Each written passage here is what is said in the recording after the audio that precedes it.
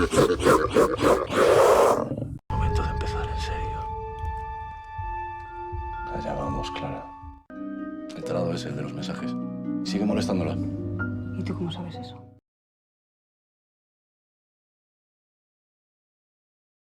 Di awal film, kita akan diperlihatkan dengan Cesar yang sedang bersiap-siap untuk bekerja.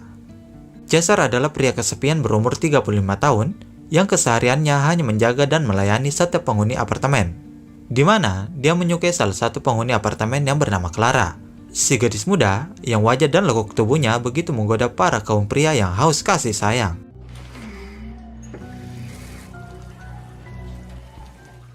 Setelah itu, Cesar pun menemui ibunya di rumah sakit untuk menceritakan ketertarikannya pada Clara, salah satu penghuni apartemen tempat dia bekerja.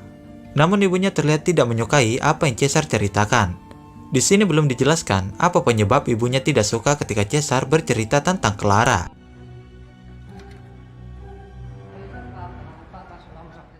Malam harinya, Cesar pun kembali ke apartemen untuk bertukar shift dengan rekan kerjanya, yang merupakan seorang ibu dan anak yang bertugas sebagai cleaning service di apartemen.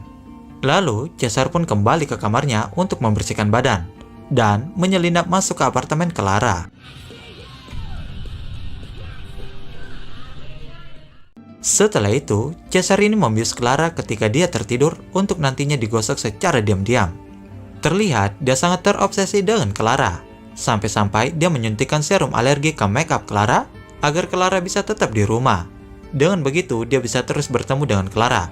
Bahkan, Cesar memakai setiap barang yang telah dipakai Clara hanya untuk memuaskan hasratnya saja.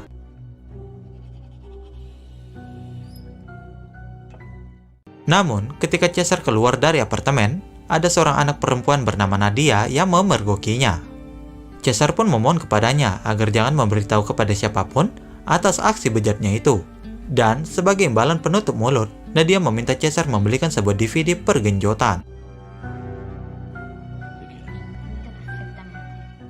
Keesokan harinya, Clara yang ingin berangkat kerja meminta tolong kepada Cesar agar memperbaiki saluran wastafel yang mampet, karena dia belum sempat memperbaikinya lantaran sibuk oleh pekerjaan. Padahal sebenarnya itu hanyalah sebuah rencana Cesar, agar Cesar bisa mengambil hati Clara dengan cara selalu berbuat baik. Kemudian, Cesar menjenguk ibunya lagi di rumah sakit. Di sana, Cesar bercerita jika Clara tidak menerima cintanya, dia akan menghancurkan hidup Clara. Dan itulah alasan mengapa ibunya tidak suka akan obsesi Cesar kepada Clara. Karena itu, hanya akan merugikan dirinya sendiri dan juga orang lain.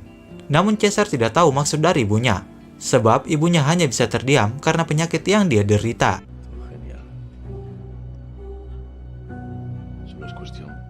Saat malam hari, Cesar pun ke kamar Clara untuk memperbaiki wastafel. Yang ternyata, wastafel itu sudah disumbat sebelumnya oleh Cesar. Dan itulah bagian dari rencana Cesar untuk meluluhkan hati Clara. Dan seperti biasa, dia bersembunyi di bawah kasur. Saat Clara mulai tertidur pulas, dia pun membiusnya dan mulai menggosok Clara untuk kesekian kalinya. Namun kali ini, Cesar mengoleskan putih telur ke setiap sudut ruangan apartemen Clara agar nantinya banyak kecoa yang muncul. Dan disitulah Cesar bisa mendapat alasan untuk menolongnya karena Clara takut sekali dengan kecoa.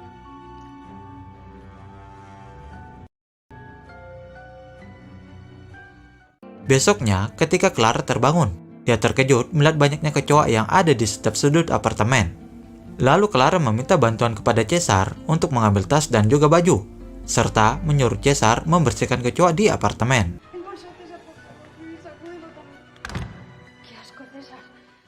Ternyata, rencana Cesar gagal untuk bisa menemani Clara tidur, karena Clara memutuskan untuk menginap di apartemen bibinya selama Cesar membersihkan apartemennya. Dengan rasa penuh kecewa lantaran rencananya gagal, dia pun membersihkan kamar Clara. Tak lama, tiba-tiba bosnya datang memberi peringatan kepada Cesar bahwa dia akan memecatnya, karena akhir-akhir ini Cesar lalai dengan pekerjaan dan selalu mementingkan keperluan dirinya sendiri. 3 meses y medio, Aribau 14. Kesialan itu pun terus berlanjut.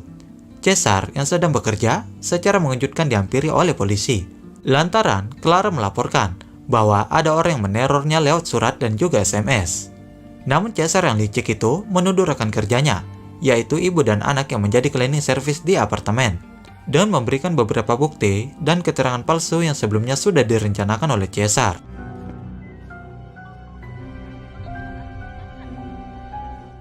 Caesar yang sedang berada di kamar dihampiri oleh Marcus. Marcus ini adalah pacarnya Clara yang menaruh curiga kepada Caesar, karena selama Clara tinggal di apartemen, dia selalu menceritakan kejadian aneh kepada Marcus. Dia pun meminta agar Caesar ke kamar Clara, karena masih ada beberapa kecoa. Namun ketika sampai di kamar, Marcus malah menginterogasi Caesar dan bertanya apa yang selama ini dia lakukan di kamar Clara, sebab ia menemukan obat bius di bawah kasur Clara. Karena dari itu, pertengkaran pun terjadi. Caesar yang terpojok oleh Marcus tidak kehilangan akal. Ia memanfaatkan pecahan cermin untuk menusuk leher Marcus. Marcus yang tidak berdaya hanya bisa pasrah ketika Caesar menyeretnya ke kamar mandi. Agar aksinya tidak diketahui polisi, Caesar pun merekayasa seakan-akan Marcus bunuh diri.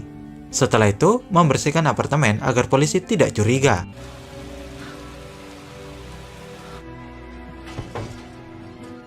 Kemudian, Caesar pun kembali ke apartemennya, berbenah untuk segera pergi. Secara mengejutkan, polisi datang dan meminta Caesar memberikan keterangan sebab terdapat sidik jari Caesar di TKP. Dengan kecerdasan seorang psikopat, ia pun beralasan bahwa beberapa hari yang lalu dia membersihkan kamar Clara. Karena alasannya cukup kuat, polisi pun membebaskannya dari tuduhan pembunuhan. Namun Caesar mendapat ancaman dari Nadia bahwa dia telah mengetahui apa yang terjadi. Karena dari itu, saat malam hari, Caesar pun menyelinap ke apartemen Nadia dan mengancam akan membunuhnya dan keluarganya jika Nadia memberitahu polisi tentang aksi jahatnya selama ini. Nadia pun lebih memilih menutup mulut karena dia merasa takut jika nanti keluarganya dibantai oleh Caesar. Esok harinya, Caesar yang sedang bersiap-siap pergi dari apartemen melihat Clara yang meninggalkan apartemen itu. Dengan wajah gembira karena telah berhasil menghancurkan hidup Clara, Caesar pun berkata bahwa suatu saat nanti dia ingin melihat senyumnya kembali.